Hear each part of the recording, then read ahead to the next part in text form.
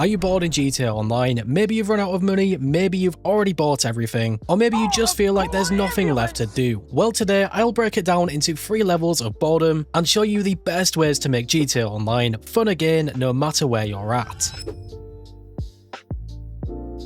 This first section is the simplest thing to do, making really small changes in how you play GTA Online currently, potentially leaving you with a more fun experience. The first thing that I would suggest here is to switch up your weapons or loadout, and I would also include changing some weaponized vehicles, really experiment with different weapons that you have. For example, instead of using the Special Carbine Mark II 24/7, use a different weapon like the Advanced Rifle, and in terms of weaponized vehicles, I would recommend switching the weapons where possible. Recently, the weaponized vehicle that I changed was the Oppressor Mark II. I think this one is probably one of the root causes of boredom, because a lot of players will just put on the missiles on the Mark II and leave it at that. The missiles on the Mark II are by far the best things you can use. However, just putting on the explosive MG instead can really lead to a more fun experience. It is also still quite devastating if you get used to it. In this same section, I would also say that you should try and play some things like survivals. Survivals are still extremely fun, especially with the new addition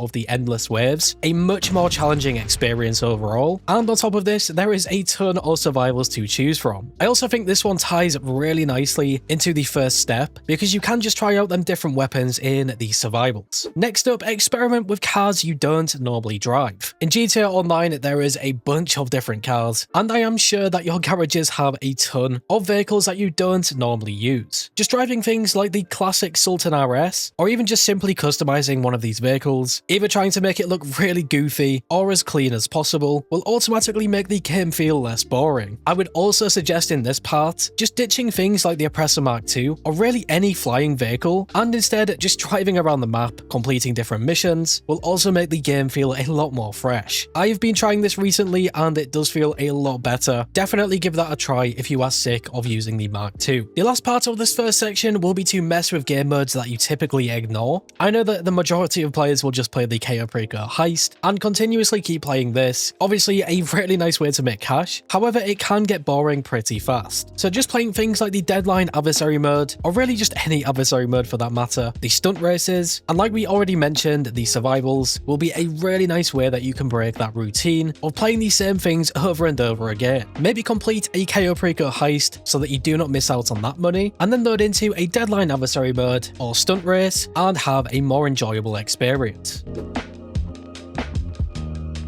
So maybe you've already broken out of the routine, but here's the problem. You still want to make money and grinding feels like a job. This is where level 2 comes in. It's all about making progress fun again. You don't have to give up on making cash and RP, you just need to switch up how you do it. And trust me, these methods will make grinding feel exciting instead of boring. First of all, I want to start off with the contact missions. Now granted, these things will not have a huge payout, but they are still really great to do solo or with friends, especially if you're really tired of doing heists. They are fast, they have a ton of variety, and you are still making something at least. Still very worthwhile if you get bored. Probably the biggest part of this level, which will definitely make progress fun again, is either the career progress on the next gen, expanded and enhanced version, or instead the in-game reward challenges that you can find in the pause menu. Any of you watching this who have GTA expanded and enhanced will probably already know about this career tab. This has a bunch of different things to complete, and there is some really nice unlocks that you can get. I would definitely recommend looking through these tabs. There is also a lot of cash rewards and even some free vehicles. For those of you who don't have this expanded edition, you can still complete the awards found on the pause menu. This is definitely not even comparable to the career tab, which is completely flushed out. However, it could still be something to strive for, and I definitely think it is a shame that Rockstar did not include the career tab for every GTA Online version. Moving on, completing heists with a completely different approach is a very nice thing that you can do to break your boredom and also make the progress completely fun again. Running the Chaos Breaker heist with one of the many different approaches is always a really nice thing to switch up. You can even just switch out some of the basic things. For example, instead of using the long fin, use the Kasatka to enter the island, and keep the rest of the heist the exact same. Many of the heists in GTA Online have different approaches now. The casino heist is another really notable one. Definitely worth your time to do all of these different approaches. You might even find something that is maybe faster than what you typically do. The final thing that I also want to include in this level will be tied to some different businesses. Nowadays in GTA Online, there is a ton of these businesses, which means there is a lot of things that you can potentially do. First up, completing security contracts for the agency can be really fun in between these different heists. And then on the main business side of things, managing the nightclub, the MC businesses, bunker, and all of the other things is always a nice thing to do if you do not get bored of the sell missions. Something that you could also strive for is to try and maximize all of your different businesses, completely upgrade them, maybe even get the most expensive ones, or even just collecting supplies manually instead of buying them. Although it's not as efficient, it is definitely something a little bit different, and you might even find it fun. So let's say you've done it all. You've got the cars, the businesses, the apartments. Money isn't a problem anymore. This is level 3, the stage where most players get bored and instantly quit. But here's the thing, GTA Online doesn't actually end here. If you've got everything, that just means it's finally time to focus on the most fun, ridiculous, and creative parts of the game. This is where you can really just take advantage of everything that you have. First up, using your really rare vehicles. Things like the Scramjet, Vigilante, Toreador, just extremely fun vehicles. Try to hit different stunts with these things. Some of these vehicles might also be available to use in different missions and heist setups, and in my experience they can be extremely fun to use for doing things like that. If money is not a problem, you could try and make a bunch of new outfits, maybe completely reshuffle all of your saved ones, even do some different clothing glitches to really add a completely different twist to your outfits. There is a ton of clothing items, so there is a lot of things that you can do. You could pretty easily spend hours making